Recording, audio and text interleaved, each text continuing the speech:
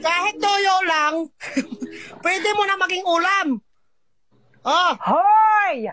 Hindi magiging maasim ang sinigang kung walang suka. Oh, continue to sa sinigang mo. Hindi rin magiging kumpleto yung sinigang mo kung walang maasim. Hindoy, para sabihin ko sa'yo, importante. mayaman kami. Hindi kami gumagamit ng suka. Gumagamit kami ng sampalok, mangga sa sinigang namin, bayabas.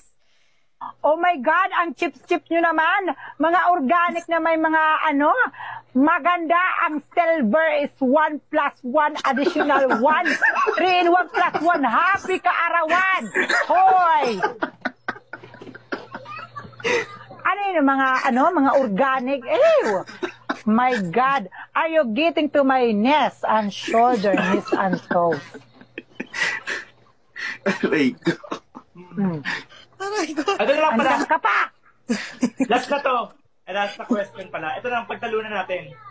Oo. Anong mas nauna? Itlog or manok? Ikaw muna pamili, catering. Ikaw na naman. Oh, Namili sa ka. akin?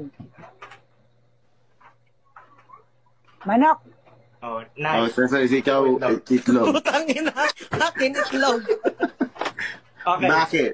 Bakit catering? I-depend mo muna ang manok. Bakit catering? Bakit catering ang manok ay nauna kaysa sa itlog? Dapat lang mauna yung manok. Di naman nakakalakad yung itlog eh. Di naman nakakalipad eh. Kaya mauna talaga yung manok. Hmm. Hoy, Ikaw naman. para sabihin ko sa'yo, dapat itlog. Paano ka magkakaroon ng, paano mabubuhay ang manok kung walang itlog? Magsisimula yan sa maliit eh. Ano siya, ipinanganak agad siya? Ano, ang tao, naging tao agad na hindi nagsimula sa pagiging sisiw? Dapat, itlog muna, magsisiw muna bago magmanok. Hoy! Hindi magkakaroon ng itlog kung walang manok. Ano? Nag-itlog siya ng walang manok? Hindi mabubuhay yung itlog kung walang manok. Kaya nauna yung manok. Sinong diretso na sa itlog? Ha? Itlog ti iyutan, itlog ti itlog. Ha? Hoy, malaglag tayo. Malaglag tayo. Nanggigigil na kasi ako eh. Masuspended tayo. Alright, go catering. Oh, ikaw naman. Sino pa nagtira dyan kay manok bago naging itlog? O dapat talaga, makakaluto ka ba ng litsiplan kung walang itlog? Kaya dapat itlog muna. Bakit? Pwede mo ba lutuin yung manok mo sa litsiplan? Dapat itlog muna. Hoy! Pwede ka na magluto ng lechiplan. Lechiplan with manok. Meron na ngayon. Meron na ngayon, Day. Dito sa Pilipinas, marami silang mga ini-evento na kahit anong luto. Kaya nakaka-proud din yung Pilipinas ba kasi matatalino. Ang dami nilang naisip sa mga luto-luto. Ikaw, Nay, ano masasabi mo sa Pilipinas kasi ang dami nilang na Nay? Binago na tungkol sa Pilipinas. Oh, sige. Ang hirap ng tanong, no? Mag-ibahin na lang natin uli ang ating patakaran. Oo, marami ng mga Okay. pinapatakaran, no? Ano yung mas importante?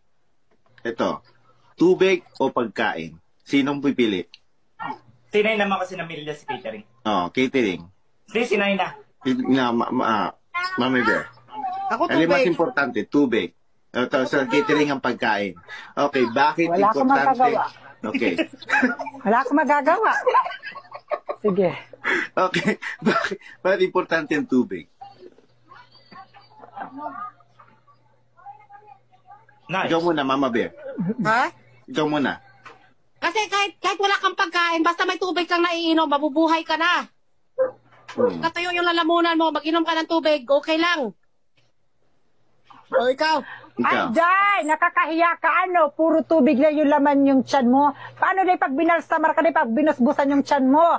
Walang lalabas na mga kinain, puro tubig. Oh my God, nakakahiya yan, kaya huwag ka na mamatay, Nay. Kawawa naman magbalsamar sa'yo kung puro tubig ilalabas. Mayaman kami dito sa Korea, hindi na kami binabalsa mo, sinusunog na lang kami, wala nang pakialam dito yung nagabalsa mo sa amin. Diretso na agad kami sunog. Kaya wag ka Ay, hindi. wag mo nang